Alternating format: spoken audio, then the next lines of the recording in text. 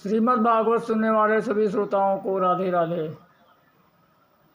पिछले पार्ट में तुमने सुना भगवान ने द्वारिका में बलराम जी के साथ दिव्य निवास करने लगे और एक बार पूर्ण सूर्य ग्रहण पड़ा तो भगवान सभी को लेकर कुरुक्षेत्र में गए और वहाँ पे सामंत पंचक नाम के सरोवरों में भगवान ने स्नान दान आदि खूब किया। फिर वापस बहुत दिन वहाँ तक रहे, उसके बाद वापस द्वारिका आए और एक दिन भगवान के यहाँ वसुदेव जी से मिलने नारद जी आए और नारद जी ने वसुदेव जी को दिव्य उपदेश दिया। वो उपदेश नौ योगेश्वरों के नाम से प्रसिद्ध है। अब भगवान की इतनी बड़ी आबादी हो गई तो भगवान ने सोचा कि ऐसा न हो कि हमारा ही यदुवंश इस पृथ्वी के संहार का कारण बन जाए। तो भगवान ने, सुखदेव जी कहते हैं कि राजन एवं व्यवसितो राजन सत्य संकल्प ईश्वरा साप व्याजेन विप्राणाम संजय शुक्लम विभु। भगवान तो सत्य संकल्प है, वो अगर संकल्प कर दें तो पृथ्वी की उत्पत्ति होती है और सृजन होता है और विनाश होता है। लेकिन भगवान ने सोचा कि हमारे ही जो परिवार के आगे पृथ्वी के विनाश का कारण न बन जाए, इसके लिए भगवान ने ब्राह्मणों के शाप का सहारा लेकर अपने कुल का स्वयं ही अपने कुल को श्रापित करा दिया। शाप व्याजेन विप्राणाम स्वजय स्वकुलम विभु। और भगवान के यहाँ द्वारिका में एक बार दुर्वासा ऋषि चतुर्मासा करने आए और भगवान ने उनका दिव्य व्यवस्था किया और सभी लोग वहाँ पे रहने लगे और भगवान बीच बीच में जाते और उन सबसे मिल के आते और हर तरह की खाने पीने की व्यवस्था सब भगवान ने वहाँ करते नित्य जाकर। एक दिन भगवान के बालक खेलते खेलते आए और उसमें जो जामवती का पुत्र था उसका नाम था सांब। वह बहुत ही सुंदर था। तो सभी बालकों ने सोचा कि ये महात्मा पड़े पड़े खाते रहते हैं, कुछ काम धाम करते नहीं हैं, चलो इनकी परीक्षा ली जाए, देखा जाए कि इनको कुछ आता है कि नहीं। ऐसा सोचकर सभी बालक महात्मा के पास गए और जो जामवती का पुत्र था सांब, उसको सभी ने धोती पहना दिया और उसके पेट में कपड़ा बांध दिया और जाकर महात्मा के पास बोले कि महाराज बताओ मेरी भाभी के अब की बार क्या होगा, लड़की होगी या लड़का। अब महात्मा तो बेचारे परेशान, कोई ध्यान में आवे नहीं क्योंकि जो स्थिति तो थी नहीं, वो तो बालक था। तब दुर्वासा ऋषि बहुत देर से ये सब देख रहे थे। उन्होंने सभी बालकों को बुलाया, कहा इधर आओ मैं तुमको बताता हूँ। और उन्होंने कहा कि महापुरुषों का अपमान कर रहे हो, तुमको शर्म नहीं आती, जाओ जनस्थिति वो मंदा मूसलम कुलनाशनम, जाओ तुम इसके पेट से एक मूसल पैदा होगा और वही तुम्हारे कुल का नाश करेगा। महाराज दुर्वासा का श्राप दे दिया। सभी यदुवंशी बालक डर गए और आगे जाकर देखा तो वास्तव में उसमें मूसल निकला लोहे का।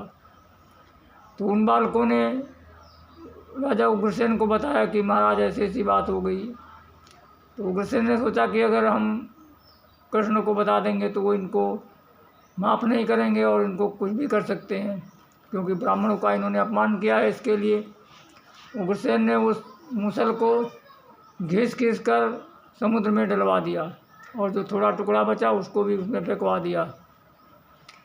तो वही जो मूसल का चूरा था वही एरका नाम की घास बिना गांठ की समुद्र के किनारे पैदा हुई और जो वो थोड़ा सा टुकड़ा बचा था उसे जरा नाम के बहलिया ने अपने बाण में लगा लिया। अब इधर जब नारद जी वसुदेव जी के पास आए तो वसुदेव जी ने कहा कि प्रभु बताएं कि कल्याण का मार्ग क्या है। और जिस प्रकार माता पिता के आने से उनके पुत्रों को सुख प्राप्त होता है और किसी संसारी के घर में जाने से संत महात्मा के जब पहुंच जाता है तो उस संसारी को बहुत सुख होता है, उसी प्रकार आप तो साक्षात भगवानमय और भगवत स्वरूप हैं तथा जीवों के कल्याण के लिए आप विचरण करते रहते हैं। तो नारद जी कहते हैं कि वसुदेव जी, ये जो तुम्हारा पुत्र कृष्ण है ये साक्षात परब्रह्म परमेश्वर है और ये बलराम जी हैं, वो इनकी प्रकृति हैं, और जो कृष्ण है वो पुरुष हैं। इस प्रकार तुम इन्हीं का ध्यान करो तथा इसके विषय में हम तुमको एक इतिहास बताते हैं। तो नारद जी ने 9 योगेश्वरों का संवाद सुनाया जो राजा निमि के साथ हुआ था। हम 9 योगेश्वर कौन है? तो जो प्रियव्रत नाम के राजा थे, मनु महाराज के पुत्र थे। तो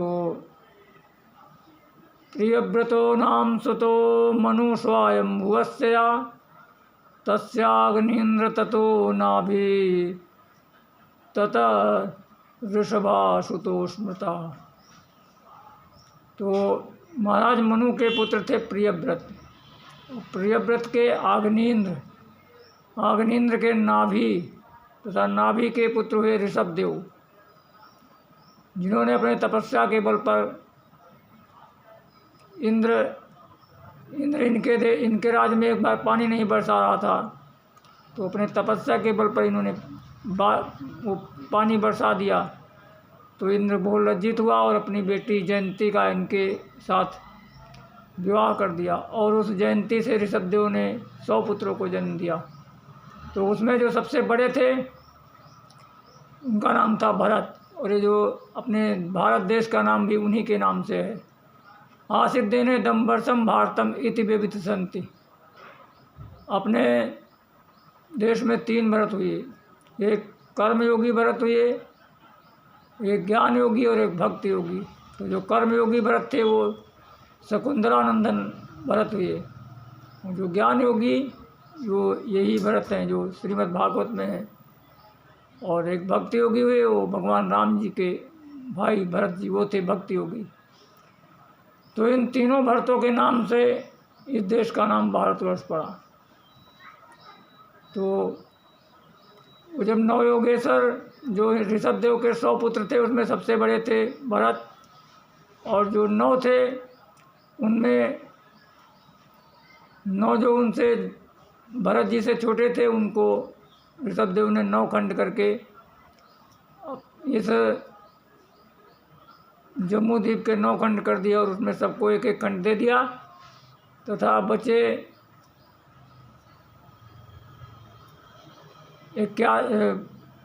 9 राजा बना दिए, और एक भरत जी सबसे बड़े थे और 9 थे वो योगेश्वर बन गए, उन्होंने कुछ नहीं लिया। और वो जो योगेश्वर हैं वो यही हैं, कवि हरि अंतरिक्ष प्रबुद्ध पिप्पलायन और अविर्होत्र दुमिलस चमस करभाजना, ये 9 योगेश्वर हैं। और जो बाकी 81 बचे वो सभी कर्मकांड के प्रकांड विद्वान हुए। इस प्रकार भरत जी के ऋषभदेव जी के 100 पुत्र थे। तो उन्हीं में 9 योगेश्वरों की कथाएँ आती है। तो एक बार राजा निमि के यहाँ 9 योगेश्वर गए और राजा निमि ने उनका विधिवत सब स्वागत सत्कार किया और पूछा कि महाराज, दुर्लभो मानुषो देहम देहिनाम क्षणभंगुरम तत्रापि दुर्लभम मन्ये वैकुंठ प्रिय दर्शनम। महाराज निमि कहते हैं कि महाराज, ये जो मनुष्य का जीवन है, शरीर है, ये बहुत ही दुर्लभ है। दुर्लभो मानुषो देहम देहिनाम क्षणभंगुरम, और ये क्षणभंगुर भी है, कोई गारंटी नहीं कब ख़त्म हो जाए, कोई भरोसा नहीं, एक एक श्वास किस्त पे आ रही है। क्षण भंगुर जीवन की कलिका कल प्राति को जाने, खिले न खिले मलया गिर की सुचि शीतल मंद सुगंध समीर, चले न चले कलिकाल कुठार लिए फिरता, तन नम्र पे चोट झिले न झिले, भजले हरि नाम हरि रसना, फिर अंत समय में हिले ना हिले। तो कहते हैं महाराज ये शरीर क्षणभंगुर है और तत्रापि दुर्लभम मन्ये, और उससे भी दुर्लभ क्या है कि वैकुंठ प्रिय दर्शनम। वैकुंठ प्रिय दर्शनम का मतलब कि जो भगवान वैकुंठनाथ को प्रिय लगने वाले, भगवान वैकुंठनाथ जिनको प्रिय लगते हैं वो भक्तजन, उनका दर्शन तो और भी दुर्लभ है। सच्चे भक्त का दर्शन तो बहुत ही दुर्लभ है। तो वही निमि महाराज बता रहे हैं कि महाराज एक बात बताओ कि ये भागवत धर्म किसे कहते हैं।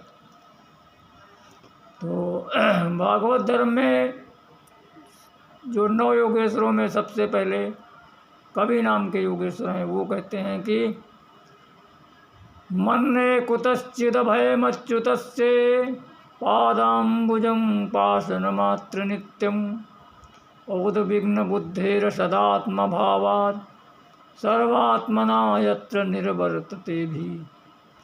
कहते हैं कि भगवान के चरण कमलों का नित्य निरंतर उपासना करना, उन्हीं की सेवा करना, ये ही सबसे बड़ा कल्याण का साधन है और इसके सिवा कुछ भी साधन नहीं है, ऐसा मेरा मत है।